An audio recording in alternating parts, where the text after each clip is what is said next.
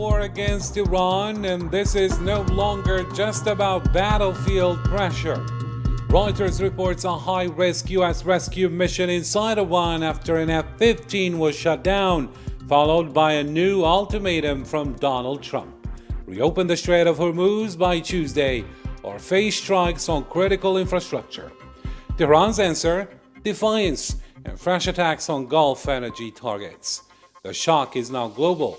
The International Energy Agency calls this the largest oil disruption in history, with Hormuz flows collapsing and up to 15 million barrels a day at risk.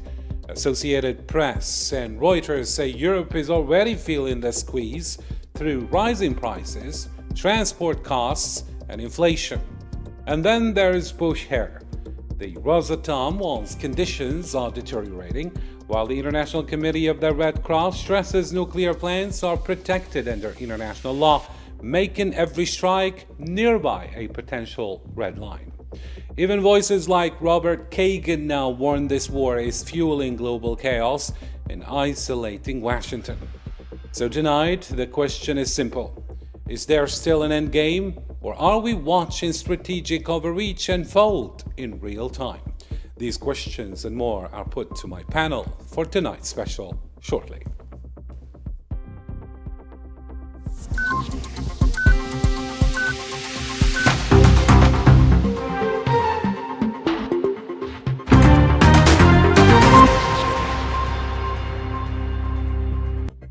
Hello there, ladies and gentlemen, and good evening, and welcome to tonight's special. Tensions are soaring indeed, as you have followed with me in the introduction of this show. The attacks are hitting Iran continuously. The U.S. conducts a daring rescue mission, and Tehran shoots down American aircraft. With threats to the Strait of Hormuz and Bab el-Mandeb, the world's energy and trade are on edge. Let's get more details with Zahra Farjani, and then we bring in our panel for the discussion. Tensions between the United States and Iran are rising fast, with deadly strikes, military clashes, and growing threats to global energy routes. In Iran, at least 9 people have been killed in attacks targeting Khogiluye and Boyar Ahmed province. Iranian officials also say several universities have been hit since the start of the U.S. Zionist bombardment, with professors and dozens of students among the victims. In the north, the Revolutionary Guard confirmed the killing of 4 of its members in a strike in Ardabil, along with another soldier from the Iranian army. At the same time, Washington revealed details of a high-risk rescue mission inside Iran. U.S. President Donald Trump said American forces spent hours over Iranian territory to retrieve a wounded pilot, whose aircraft went down in mountainous terrain. We have rescued the seriously wounded and really brave A-15 crew member from deep inside the mountains of Iran. The Iranian military was looking hard in big numbers and getting close. He is a highly respected colonel. But Iran says that mission didn't go unanswered. The Revolutionary Guard announced it shot down several U.S. aircraft involved in the operation, including a military transport plane and 2 helicopters, as well as a drone over Isfahan. As the fighting continues, the language on both sides is getting sharper. Trump is warning of major strikes if no deal is reached, but at the same time he says there's still a real chance for an agreement. I believe we will be able to reach an agreement with Iran by tomorrow, and if it doesn't happen, we will strike everything and seize Iranian oil. It is possible to reach an agreement with Iran by Tuesday, otherwise I will blow everything up. Iran, for its part, says any attack will be met with a direct response. Iran's reaction would be one of reciprocating any such attack. Our armed forces have made it clear that in case Iran's infrastructure is attacked, we would react in kind. Our armed forces would target any similar infrastructure that is owned or in any way or manner related to the United States or contributes to their act of aggression against Iran. And beyond the battlefield, the threat is now expanding to global trade. Tehran is warning it could move to close key waterways, including the Strait of Hormuz and Bab el-Mandeb. The Unified Command of the Axis of Resistance views Bab el-Mandeb the same way it views Hormuz. The White House will soon realize that the flow of global energy and trade can be disrupted with a single signal if it considers repeating its foolish mistakes. For now, the situation remains open, caught between further escalation and a possible last-minute deal. All right, it's time to bring in our guests. Joining us live from Glasgow is Dr. Yvonne Ridley, British journalist, author, Middle East expert, and a parliamentary candidate for the Workers' Party of Glasgow. Hello there, ma'am, and thank you for agreeing to be with us tonight. Good evening, yes. And also joining us from the UK, from London precisely, is Dr. Christine Cheng, Senior Lecturer in War Studies at King's College. Hello, ma'am, and thank you for agreeing to be with us tonight. Thanks for having me. Our pleasure. Also from London is Mr. Roger Macmillan, Iran and Middle East Security Analyst. Thank you indeed for agreeing to be with us. Great to be here, thank you. And also, we're joined by Dr. Ardavan M. Khushnut, Security Studies and Intelligence Expert at Lund University in Sweden, joining us from Malmö. Hello there, sir, and thank you for agreeing to be with us. Thank you for having me, sir. Our pleasure. All right, let's start our discussion, and let me kick this off with you, Dr. Yvonne Ridley. So we're hearing these reports from Reuters saying that the rescue of the downed airman was a major U.S. success, but in the same breath, it reports Iranian retaliation across the Gulf, a widening energy crisis, and a war that is still clearly escalating. Now, when a government sells a military breakthrough while the conflict keeps spreading, are we looking at a genuine strategic advantage or at the beginning of a credibility problem that will eventually catch up with the narrative? Well, I think the pressure cooker that is currently the White House is increasing by the hour. Donald Trump is not handling the pressure at all very well. He sent out a tweet earlier today dropping the F word and using other bad language, and it shows that the propaganda it's getting to him now. And despite the obvious coup of the F-15 crew rescue, in which both Americans were saved, the fact that Iran brought it down in the first place is a reminder to America that Iran can and will fight back. And while I'm sure that Donald Trump will be claiming the rescue as a huge triumph, something from a Hollywood movie, I think the 48-hour drama has really taken it out on him and will be certainly a huge caution against launching any sort of ground operation, because it wasn't just the jet and the rescue that was involved. 2 aircraft used by America in the rescue mission later had to be destroyed, and they were worth $100 million each, according to the Wall Street Journal, which is citing military data. So this is 2 aircraft that have gone down, 4 Little Bird helicopters, each worth about $7 to $7.5 million each. Countless Reaper drones have been lost. And then there was an $18 million Thunderbolt II aircraft, which was lost, which it can be used to give close air support missions. And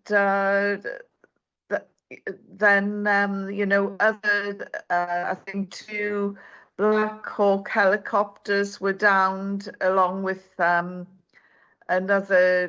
two other aircraft that were damaged or destroyed. So the whole rescue mission has really cost the Americans dearly. But, great news that the human life was saved, and that both Americans are back now in safe hands. So this, as I say, while the rescue is certainly worthy of applause for the president, he is currently a man under fire. And as I say, the very fact that the crew was brought down in the first place is a reminder that Iran is armed, is dangerous, and is still firing heat-seeking missiles that can bring down these aircraft. And these are state-of-the-art aircraft that are supposed to be undetectable by the radar system that Iran has. And so this is, I think the downing of the aircraft really came as a great shock to the military. It certainly wasn't expected at all. So the Iranians appear to be quite buoyant and have just ignored the president's very aggressive tweet, again threatening to take them back to the Stone Age and threatening to unleash hell. He's threatened everything now. And the Iranians appear to remain totally unrattled by this, although I'm sure that they will be concerned what is going to be targeted next. But as I've said on previous programs, they've had 50 years to plan this. And so they will have taken in all eventualities. And meanwhile, the Straits of Hormuz are open to friends of Iran, but not to America, Israel, or their allies. So there's still this chokehold, and the prices of fuel are escalating. And it's now starting to cause a panic in service stations and garages, certainly throughout the UK, where people are filling up and buying and panic buying, and that's causing shortages as well. So everyone is still being very much affected by this war. Thank you indeed. And now we bring in Dr. Christine Cheng. Dr. Christine Cheng, we have had this discussion before about a very interesting essay, that of Robert Kagan. Technically, the essay is remarkable because it is not coming from a pacifist or a critique of intervention from the outside, that is. It comes from the inside and the old strategic establishment. So he now says Washington's conduct in the Iran war is accelerating global chaos and deepening American isolation. Does that mean the interventionist consensus is finally cracking under the weight of its own consequences, according to you? So that is a really interesting posing of the question. I don't think that there is a consensus on intervention in the United States. I think that's the first thing to make very, very clear, that voters actually voted for Donald Trump specifically because they were hoping that he would not go and go abroad and conduct wars. So just on the one hand, about probably half of the population think that this is going into foreign intervention in general is a bad idea. And that consensus doesn't really exist amongst the population. Arguably, a much bigger chunk of the population probably does not agree with this intervention. And I think the polling bears that out. But I do acknowledge what you're saying about what is going on at the elite level and within the establishment, that there have been different generations of people who have been more pro-intervention for different reasons. In the initial case, I would say in the 2003 invasion of Iraq, thinking about what happens in the domino effect of if we bring democracy to Iraq, that then the rest of the Middle East will also become democratic. And that obviously did not pan out the way that it was expected. Intervention in Afghanistan as a consequence of what happened with the Taliban and trying to root out terrorism there. Again, with significant problems and an unexpected aftermath.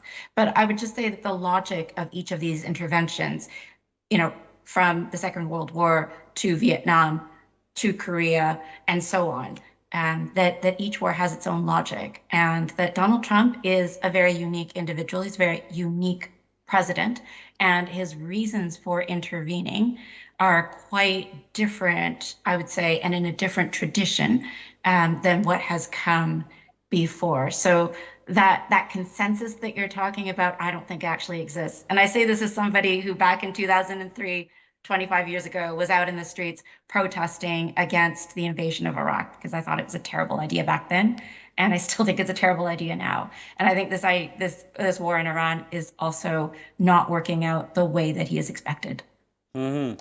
But then if we are to ask more bluntly, when the people who once defended these wars are going to begin perhaps calling the outcome a disaster, what does that tell us about the original strategy, if there is any strategy whatsoever? So I agree with you. I'm not sure that the original strategy, if there was an original strategy, is played out the way that he thought it would. I think he was very influenced by what he thought of as being the success of the Venezuelan strike and being able to commit to a theory of decapitation, that he would be able to pull off another Maduro kind of coup and then have somebody coming in from the wings. But there is no Delcy Rodriguez. They did not understand the context in Iran, and they learned the wrong kinds of lessons from what happened in Venezuela. So I don't think that original strategy has held up very well here. And I am not sure how many people would actually have defended these wars within the establishment, this particular war. I don't think that many people would be willing to defend the Iraq war, and in some cases, even the Afghanistan war, given what we have seen in the aftermath in the decades that followed. Certainly not the Iraq war, right? So I think there is a lot of rethinking about what people within the establishment once thought were acceptable reasons and what they thought would be acceptable losses in order to hopefully start a new transformation of democracy within the Middle East. And that is just not the way it has been borne out. We've learned so much about how difficult it is to actually change a regime and change the nature of an entire society. It just doesn't work the way that people think it does. And I think Americans actually learned that. Most of the American population learned that. It's just that Donald Trump didn't seem to have quite learned that. Mm-hmm. Okay, we'll get back to perhaps the demeanor of Donald Trump a little bit later. But then let me move on now and include Mr. Roger Macmillan. Mr. Roger, Rosatom is saying the situation at the Bush Hair keeps deteriorating. The staff are being evacuated and the plant is now in a worst case risk category. So the ICRC says nuclear electrical generating stations are protected under Article 56 of Additional Protocol 1. So what exactly is the logic of continuing military activity in the vicinity of such a site? Is this deterrence, recklessness, or calculation that the legal and humanitarian cost can be ignored because the political objective is judged more important? Firstly, I think the legal and objectives and also the radiological threat cannot be ignored. But what we are seeing here is potentially a coercive ultimatum signaling, but this is done at maximum volume from there. And I think what is quite clear is a legal framework. Article 56 provides specific protection for nuclear generating stations precisely because of the consequences of a radiological release extend far beyond any sort of immediate military context. And the ICRC is not making a political point, it's restating a rule that exists because the drafters of the Additional Protocol 1 understood that there are some risks that cannot be bounded once they are unleashed. What's significant is Rosatom's evacuation. A number of Russian workers were evacuated before the most recent strike, which would indicate some degree of advanced warning notification. So it raises questions about intelligence sharing between Russia and either US or Russia and Iran that go well beyond the sort of the single incident. The strikes also have apparently been close to the operational nuclear plant, but not actually directly on the reactor. And that distinction does actually matter. But 4 incidents close to the same plant in the last few weeks, it's not really a pattern consistent with careful targeting discipline. And the IEA is not an alarmist body. And when the Director General repeatedly calls for maximum restraint, it's a serious signal that here we have a current trajectory that carries genuine radiological risk to the region. Mm-hmm. I know if there is even a small chance of radioactive leakage, how do you defend that as perhaps a proportionate military risk? Well, what we're looking at here is a proportionality calculation is of concern, and it does run directly counter to the administration's own framing. But also it's important to note that the Persian Gulf is a semi-enclosed body of water, and a radiological release at Bushehr doesn't just stay in Iran. It will move into Kuwait, Bahrain, Qatar, and the UAE, into their coastal waters. And don't forget, we've got over 400 or so desalination plants to supply drinking water to tens of millions of people in states that the US is ostensibly protecting. And that's the proportionality question that perhaps is not being answered publicly. The anticipated military advantage, I should say, of degrading Bushehr and the adjacent infrastructure has to be weighed against the risk of the radiological release that could damage the water supply of their own allies. And I think that makes the calculation under international humanitarian law difficult to justify. Mm-hmm. Thank you, indeed. And now let me bring Dr. Ardavan M. Khusnud. We are hearing these reports from Reuters and the IEA that are both saying that the Hormuz disruption has already become the largest oil supply shock in history, while OPEC Plus's new quota increase is mostly symbolic because the strait remains constrained. Now, is Iran using energy not just as a leverage, but as a geopolitical weapon that pushes the cost of the war onto the whole world? Of course, that is the case, but not because the Islamic Republic is strong. Quite the opposite. The Islamic regime in Iran is far weaker than both the United States as well as Israel in conventional military terms, and it knows that it cannot win a direct war. So the Islamic regime instead shifts the battlefield. What we are seeing in the Strait of Hormuz is a classic asymmetric warfare. If you cannot defeat your adversary militarily, you raise the cost globally. And the Strait of Hormuz carries around 1/5 of global oil flows. So even limited disruption creates, of course, massive economic shockwaves. So the Islamic Republic in reality is not trying to control the system, but rather it is trying to destabilize it. And this is not leverage in its traditional sense. It is coercion through chaos, designed to force the US and its allies to absorb economic pain and economic damage, and everything we see in the Strait of Hormuz now is part of this asymmetric strategy and asymmetric warfare. Well, it is asymmetric because we're seeing there is no balance, let's say.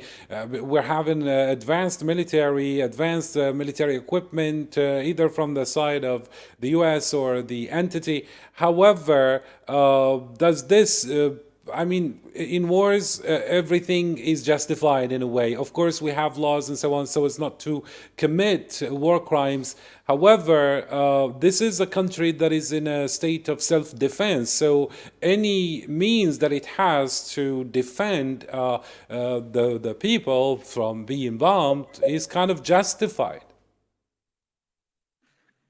Well, absolutely. Of course, Iran is a country which has been attacked. However, we should not forget that the very people the Islamic Republic claim to be protecting is the same people which the Islamic regime slaughtered massively during the January month, according to many different reports from many different human rights organizations, and not least a Time report. More than 30,000 people were slaughtered by the Islamic Republic. So the situation is a little bit more complex. Many Iranians does not look at this as a war, but as some kind of a rescue instead. So it's not quite black and white, and that's also why the situation is so complex and complicated. But then still, we're talking about a nation of 90 million people, and in this war, we don't see some kind of popular uprising. Quite the contrary, you see the people kind of aligning with the system there. Well, we are not seeing any uprising yet, I would like to say. Let's not forget that both the US as well as the Israeli government, and not least the leader of the opposition, have all said that the people should not do any uprisings now. They should wait for the right time, and that the right time may come. And of course, the Islamic Republic has supporters. There is no doubt about it. However, the question is how long the supporters will remain loyal when the Islamic Republic is under such heavy pressure, both internally as well as externally. Of course, but then still, do you think that perhaps foreign intervention is the solution for Iran? I mean, if it comes to any country whatsoever, I mean, nationalism would prevail. People would not want foreign forces intervening and, supposedly bringing democracy through these kind of means of, bombings and bombshells and so on. I think that history has shown that democracy cannot be brought in with bombings and with war. However, we have previously seen that foreign intervention can create an atmosphere and a milieu which can make the people take their own destiny in their hands. Let's not forget that during the last 47 years, the Islamic Republic has been in power in Iran. Iran has witnessed tens of uprisings.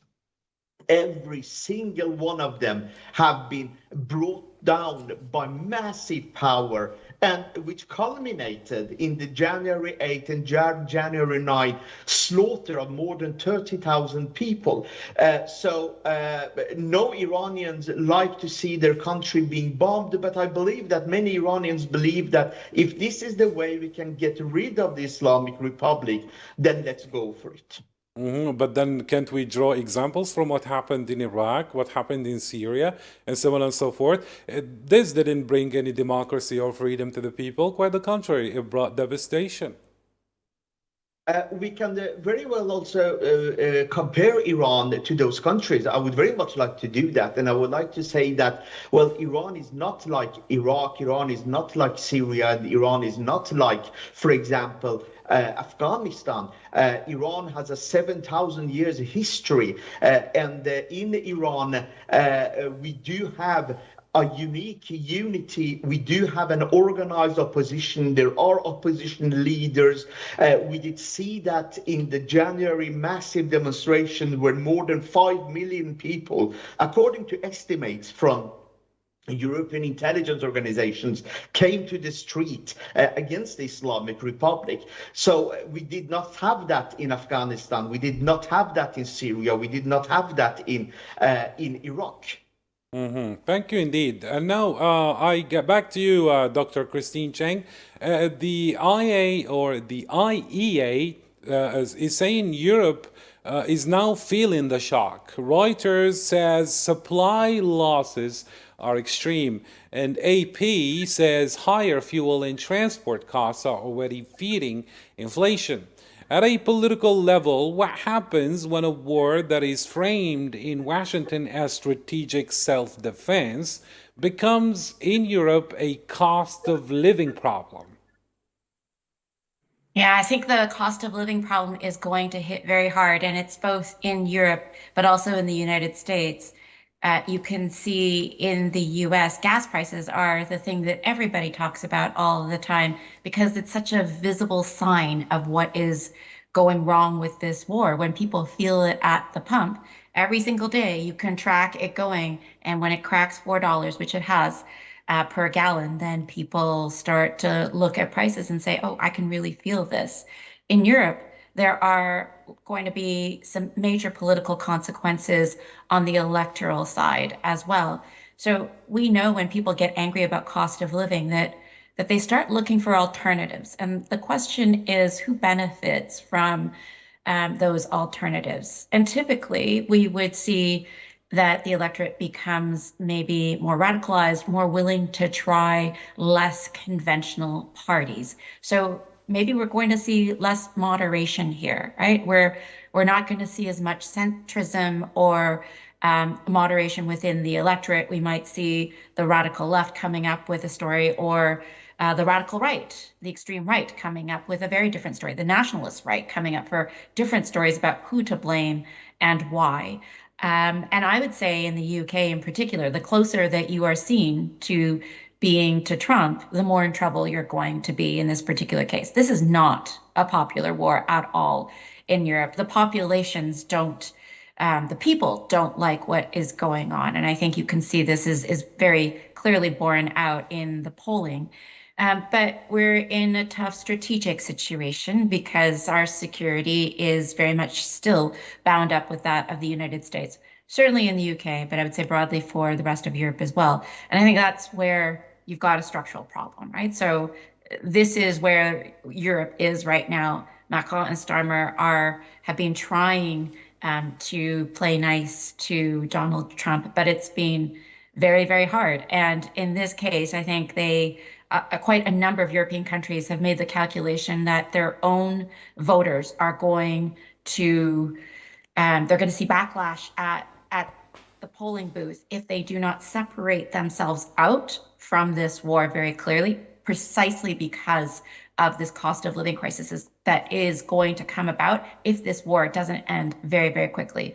And even if it ends tomorrow, the consequences, I think we will still be feeling them in the price of many, many different goods, probably for several years to come at least. And now back to you, Mr. Roger Macmillan. Still with reports, Reuters is saying that despite the sustained strikes, Iran still managed to hit Gulf energy assets and an Israeli-linked vessel in Dubai. That suggests a force that has not been broken, despite all the narratives we're healing, only forced into perhaps more adaptive form of warfare. From a security standpoint, does that mean the campaign has failed to achieve its core military purpose, if there were any, or are we simply seeing a shift from conventional pressure to distributed asymmetric retaliation? So I think what Reuters has been describing here is exactly what anyone who understands IRGC doctrine could have predicted. The IRGC has spent 47 years refining and developing its capacity to absorb conventional military punishment and continue to operate through distributed asymmetric means. That is the sort of Mosaic doctrine. Strikes on headquarters, missile batteries, even degrading the Navy. They degrade the conventional picture. But what they do not do is eliminate the institutional network, the proxy relationships, or the adaptive targeting capacity that they have. What I mean by that, yes, you have seen the killing of Ali Larijani, you've seen Ali Shamkhani, you've seen Supreme Leader Ali Khamenei being killed. But they have been replaced almost instantaneously, going 1 or 2 levels down in the level of pegging. And who they've been replaced by are potentially people such as Ahmed Vahidi, Mohsen Rezai, and Mohammed Bagher al-Sukhadr, who are many of the architects of the IRGC right back from the various earliest days. So these are institutionalized ideologues who will defend the regime, maintain the regime at all costs. And going back to what Dr. Ardaban was saying earlier, it's the people of Iran who will suffer and who have suffered immeasurably to date. We talked about the proxy relationship. Just in the last few days, you have seen the Iraqi popular militia forces of Hashd al-Shabi, Kataib Hezbollah, starting to move in strength into Tehran on the streets to reinforce the Basij, to reinforce the IRGC and the Sabarin brigades on the ground, ready for any form of popular uprising. And exactly as Dr. Ardaban said, you know, everyone from Reza Pahlavi to the Prime Minister of Israel to President Donald Trump have said, stay off the streets, it is not right. And it's likely that the IRGC and the Basij, reinforced by these proxy in the way that their doctrine states, they're ready to quell any form of popular uprising should that moment come. But then, in this situation, Mr. Roger, what exactly counts as success for the side applying the pressure? That's very difficult. What we've seen is it has shifted. It shifted from initially it was regime change to cessation of nuclear capability, and we've seen that. I think whoever the belligerent parties in all of this, whether it's Israel, whether it's Iran, whether it's America, you can all define your own degrees of success.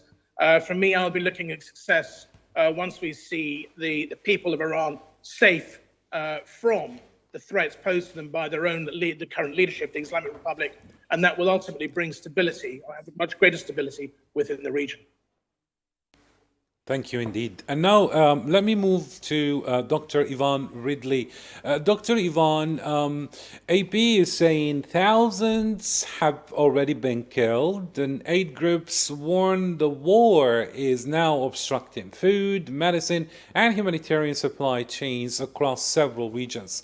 Now, at what point does a war stop being described as precision or strategic and start looking more like a broader humanitarian breakdown that leaders are simply choosing to live with? Sorry, I didn't hear the last part of your question. So technically, we're talking about a war that is kind of stopped being described as precision or strategic, and it started looking like a broader humanitarian breakdown that leaders are simply choosing to live with. Well, unfortunately, the death of civilians in war doesn't seem to be that important for either side of a conflict. I don't think the Israelis could tell us exactly how many people have been killed in Gaza. Just as I doubt very much that the Americans and the Israelis can tell us how many people they have killed in Iran. We have had some shocking statistics that have emerged, as in the school in Minhab, which was blasted by an American missile, and in which more than 150 schoolgirls were killed. The largest ever single massacre of school children in the world of conflict today. So deaths do not seem to be that important to the aggressors. Otherwise, Israel wouldn't have bombed hospitals, it wouldn't have bombed schools, it wouldn't have bombed all of these places. Of course, America has bombed schools in Iran. It says it's going to target the science universities, and it's part of the threats that to take the country back to the Stone Age. At the beginning of this conflict, Donald Trump was urging the Iranians to rise up and take out the regime. He's now forgotten about the people of Iran, who he seemed to care so much about at the beginning of this conflict. And he's now focusing on these outrageous threats with all sorts of swear words littered in between. In the meantime, South Africa's genocide case against Israel at the International Court of Justice is still going on, and that's been significantly bolstered by about 19 more countries formally submitting declarations of intervention in support of the allegations. And of course, America is also being investigated for war crimes, and it's been talked about more openly now in the Senate. And it could very likely end in the impeachment of Donald Trump, because he's clearly not a well man. He's mentally unstable. His actions are not that of a normal person, and yet this is a man who is the commander-in-chief of his military. He has all of the codes to start a nuclear war.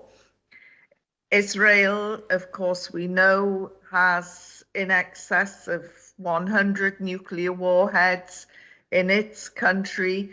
And as the threats escalate with Iran, we have to wonder, are we on the edge of a world war and a nuclear war? How close are we to that nightmare situation when we won't be counting the dead? We'll be counting who's left standing.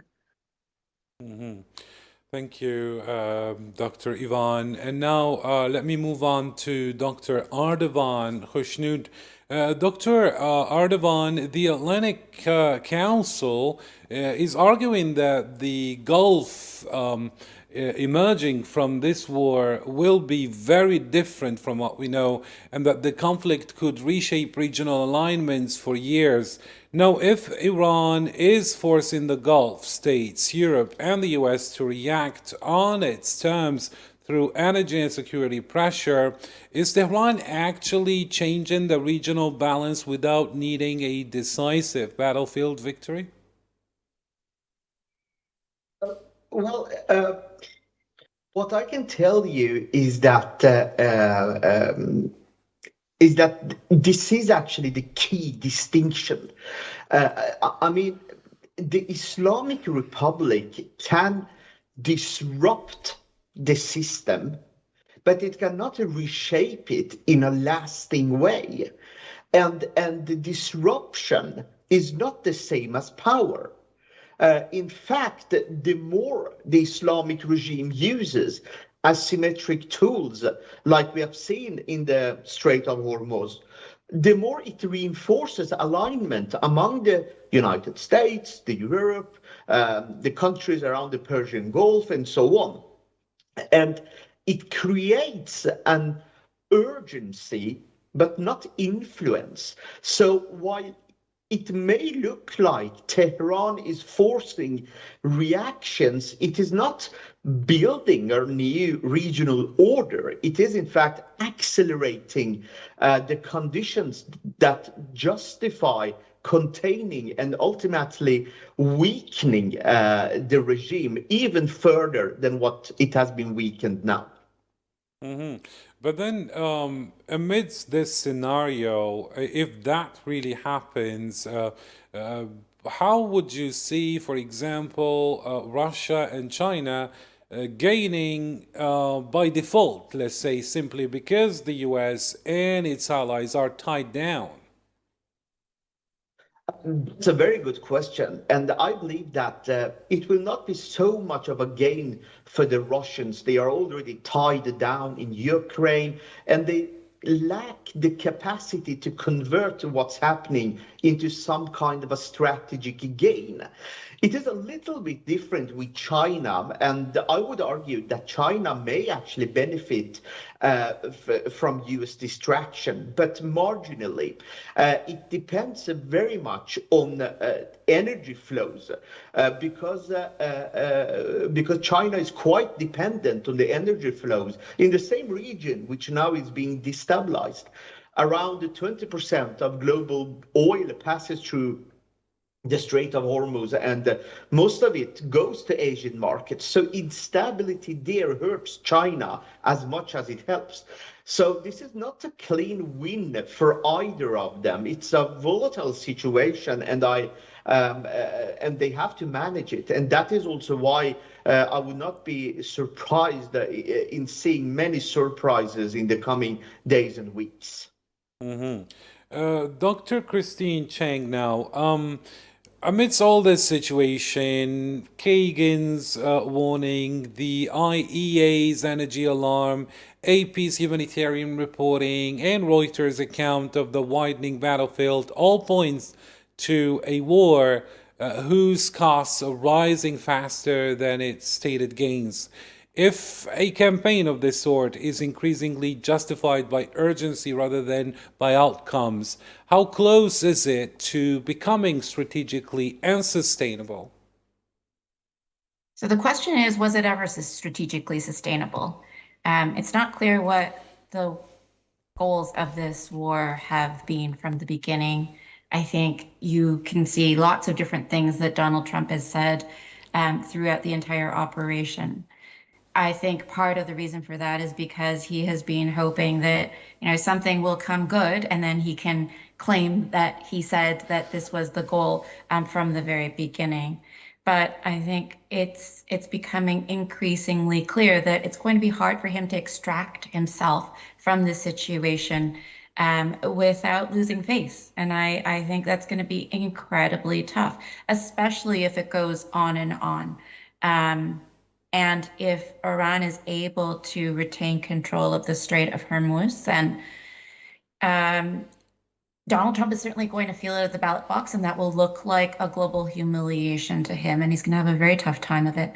And even if he decides to withdraw himself, who is to say that Israel decides that it won't keep fighting on, maybe in a slightly more low-key way, but that this war keeps going? I mean, we haven't even spoken about what's going on in Lebanon. And this is turned into, I think, something that he has not anticipated would go on for as long or be as as devastating, frankly, economically, as it has become, even though his own Department of Defense, the Pentagon, has planned and gamed this out for a very long time. If he had listened to his advisors, then he would have known what was going to happen to a large extent, that the Strait of Hormuz would be taken and controlled in this way. But here we are. Is it going to be strategically sustainable? I don't think it ever was in the first place. Mm-hmm. And you raised a very good point when it comes to Lebanon, which we haven't actually mentioned. And this leads me to this follow-up question.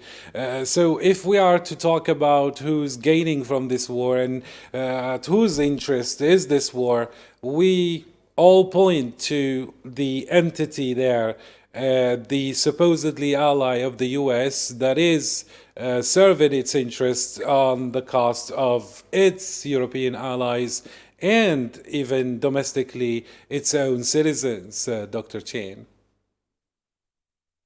I think Israel thinks that it is benefiting from this war, and it looks like it might be sort of in the long run, but in the long run, it is losing. And this is the larger strategic picture that needs to be taken into consideration. Basically, since the Gaza war, Israel has been losing sympathy with the American population, not just on the left, which is maybe a bit more expected with the Democrats, but even within the Republican right, and certainly within the demographic of young voters. If so much of Israeli support is coming from the United States in the long run, as a close strategic ally, and you are losing that base of support because of the things that you are doing here and dragging the US into a war that it normally did not want to be a part of initially and would not have participated in. If you are listening to what Marco Rubio said about why the US was had initially decided to join, then strategically speaking, this is not good for Israel in the long run. I just don't think it's being framed the right way. Thank you indeed, Dr. Chen. I thank all my panel of guests for today. Dr. Ridley, Dr. Chang, Mr. Macmillan, Dr. Khoshnood, thank you all so much for joining us in this special coverage for tonight. Your insights, expertise, and thought-provoking analysis made a real difference. So there you have it. Day 38 has made one thing unmistakably clear. This war is no longer confined to missiles and airstrikes. Reuters, AP, the IEA, the ICRC, and the Atlantic Council all point to the same reality. The conflict is now testing the credibility of Washington's narrative, the stability of global energy markets, the resilience of alliances, and the limits of international law. There you have it. Thank you for tuning in, and until next time, have a good one.